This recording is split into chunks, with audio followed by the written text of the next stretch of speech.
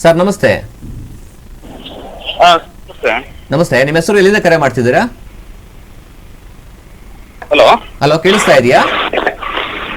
Sir ಕೇಳಿಸ್ತಿದ್ಯಾ? ನಿಮ್ಮ ಹೆಸರು ಎಲ್ಲಿಂದ ಕರೆ ಮಾಡ್ತಿದ್ದೀರಾ? ಸರ್ ಪಾವಗಡದಿಂದ ಕರೆ ಮಾಡ್ತಿದ್ವಿ, ಅನಿಲ್ ಅಂತ. ಪಾವಗಡ ಅನಿಲ್ ಅವರೇ ಮಾತಾಡಿ. ಸರ್ ಇದ್ದಾರೆ, ಮಹೇಶ್ವರ ಸರ್ ಇದ್ದಾರೆ. ಈ ಒಂದು ಕೃಷಿಗೆ ಸಂಬಂಧಪಟ್ಟಂತೆ ನಿಮ್ಮ ಪ್ರಶ್ನೆ ಏನಿದೆ ಕೇಳಿ ಉತ್ತರ ಕೊಡ್ತಾರೆ. ಸರ್ ನಮಸ್ತೆ ಸರ್. ನಮಸ್ತೆ ಸರ್, ಏನೀಗ ನೀವು ಹೇಳ್ತೀರ ಕೃಷಿ ಸಂಬಂಧಪಟ್ಟ ಏನು ವಿದ್ಯಾಭ್ಯಾಸ ಮಾಡಿದ್ರೆ ಮುಂದಿನ ದಿನಗಳಲ್ಲಿ ಈ ಏನು ಸರ್ಕಾರ ಕೆಲಸಗಳಿಗೆ ಇದೇನೋ ನಮ್ಗೆ ಮುಂದಿನ ದಿನಗಳಲ್ಲಿ ಸರ್ಕಾರ ಕೆಲಸ ಸಿಗುವಂತ ಚಾನ್ಸಸ್ ಕಮ್ಮಿ ಇದೆ ಅಂತ ಕೆಲವು ಕಡೆ ಎಲ್ಲ ವಿಚಾರಗಳು ಮಾತಾಡ್ತಿದ್ದಾರೆ. ಹಾಗಾಗಿ ಅದು ಬರೀ ನಮ್ಮ ಏನು ಕೃಷಿ ಶಿಕ್ಷಣ ತಗೊಂಡು ನಾವು ಕೃಷಿ ಚಟುವಟಿಕೆಯಲ್ಲಿ ಭಾಗವಹಿಸೋದಕ್ಕೆ ಸಾಧ್ಯ ಅನುಕೂಲ ಆಗುತ್ತೆ ಅಷ್ಟೇ ಹೊರತು ಈಗ ಕೃಷಿ ಚಟುವಟಿಕೆ ಏನು ಜಾಬ್ ತಗೊಳಕ್ಕೆ ಅನುಕೂಲ ಆಗುತ್ತಾ ಅಂತ ಸರ್?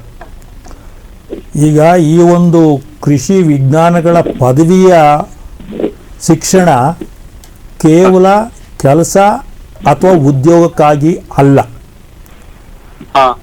ಈ ಒಂದು ಪದವಿಯ ಮೂಲಕ ಅವರು ಸ್ವಯಂ ಆಗಿ ಆದರೂ ಇವತ್ತು ಸರ್ಕಾರದಲ್ಲಿ ಕೇವಲ ಒಂದು 20% ಮಾತ್ರ ಅವಕಾಶಗಳನ್ನು ನಾವು ಕಾಣಬಹುದು. ಇನ್ನು ಉಳಿದಂಥ ಒಂದು ಅವಕಾಶಗಳಿಗೆ ಇವತ್ತು ಖಾಸಗಿ ಕ್ಷೇತ್ರದಲ್ಲಿ ಹೆಚ್ಚು ಅವಕಾಶ ಇದೆ. ಇವತ್ತು ಬ್ಯಾಂಕಿಂಗ್ ಸೆಕ್ಟರ್ಲಿ ಅವಕಾಶ ಇದೆ. ಅದು ಸುಮಾರು ಇನ್ನೂ ಒಂದು 25% ಆಗುತ್ತೆ. ಇನ್ನು ಉಳಿಕೆ 50%ಗೆ ಸ್ವಯಂ ಆಗಿ ಅವರು ಒಂದು ವೃತ್ತಿಪೂರ್ವಕವಾದ ಚಟುವಟಿಕೆಗಳನ್ನ ಮಾಡೋದಕ್ಕೆ ಇವತ್ತು ಉದ್ಯೋಗ ಅವಕಾಶಗಳಿದ್ದಾವೆ.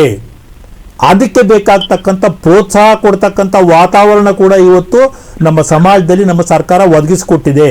ಹಾಗಾಗಿ ಎಷ್ಟು ಮಟ್ಟಿಗೆ ಈ ಒಂದು ವಿದ್ಯಾರ್ಥಿಗಳು ಜ್ಞಾನ ಮತ್ತು ಕೌಶಲ್ಯದ ನೈಪುಣ್ಯತೆಯನ್ನು ಅವರು ಹೊಂದುತ್ತಾರೋ ಅಷ್ಟು ಮಟ್ಟಿಗೆ ಅವರು ಈ ಪದವಿಯಿಂದ ಅನುಕೂಲ ಪಡೆದುಕೊಳ್ಳಬಹುದು. ಕೇವಲ ಒಂದೇ ಒಂದು ದೃಷ್ಟಿಯ 20% ಇರತಕ್ಕಂಥ ಅವಕಾಶಕ್ಕೆ ಮಾತ್ರ ಅವರು ಕಣ್ತರಿಬಾರದು.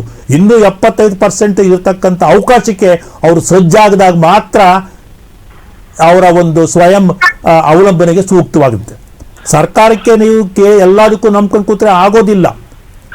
ಇವತ್ತು ಖಾಸಗಿಯವರಿಗೆ ಮಾರ್ಗದರ್ಶನ ಕೊಡ್ತಕ್ಕಂಥ ಇವತ್ತು ಕೃಷಿ ಮಾರ್ಗದರ್ಶಕರು ಬೇಕಾಗಿದ್ದಾರೆ, ಕೃಷಿ ಡಾಕ್ಟರ್ಸ್ ಅಂತೀವಿ, ಕೃಷಿ ವೈದ್ಯರು ಬೇಕಾಗಿದ್ದಾರೆ. ಇಂಥದಕ್ಕೆ ಇವತ್ತು ನಮ್ಮ ಜನತೆ ಸಿದ್ಧವಾಗಬೇಕು. ಕಾರಣ ಜನಸಂಖ್ಯೆ ಜಾಸ್ತಿ ಆಗ್ತಾ ಇದೆ, ಬೇಡಿಕೆ ಜಾಸ್ತಿ ಆಗ್ತಾ ಇದೆ. ಅವೆಲ್ಲನೂ ಕೂಡ ಇವತ್ತು ಸರ್ಕಾರ ಮ್ಯಾನೇಜ್ ಮಾಡೋಕ್ಕೆ ಆಗೋಲ್ಲ. ಹಾಗಾಗಿ ಈ ಒಂದು ಪರ್ಯಾಯವಾಗಿ ಮಾಡಿದ್ದೇ ಆದರೆ ಸರ್ಕಾರದಲ್ಲಿ ಪಡೆಯತಕ್ಕಂಥ ಸೌಲಭ್ಯ ಸೌಕರ್ಯಗಳಿಗೂ ಇನ್ನೂ ಹೆಚ್ಚಾಗಿ ಇಲ್ಲಿ ಪಡೆಯಬಹುದಾಗಿದೆ. ಹಾಗೆ ಥ್ಯಾಂಕ್ ಯು ಅನಿಲ್ ಅವರೇ, ಕರೆ ಮಾಡಿ ಮಾತನಾಡೋದಕ್ಕೆ. ನಿಮ್ಮ ಪ್ರಶ್ನೆಗಳನ್ನು